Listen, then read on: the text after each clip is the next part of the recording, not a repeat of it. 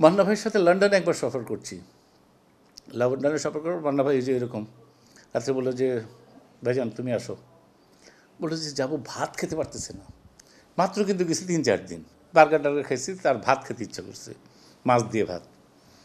তারপর বললো যে এই যে এখানে, সেখান থেকে আমরা 400 কিলোমিটার দূরে গেলাম ভাত খেতে। বললাম মান্না ভাই এটা কোনো কথা? ভাত খাওয়ার আপনার এতই লাগবে? 5 দিন ভাত না খেলে কী হয় আপনার? বুঝো না, ভাত খামো তো।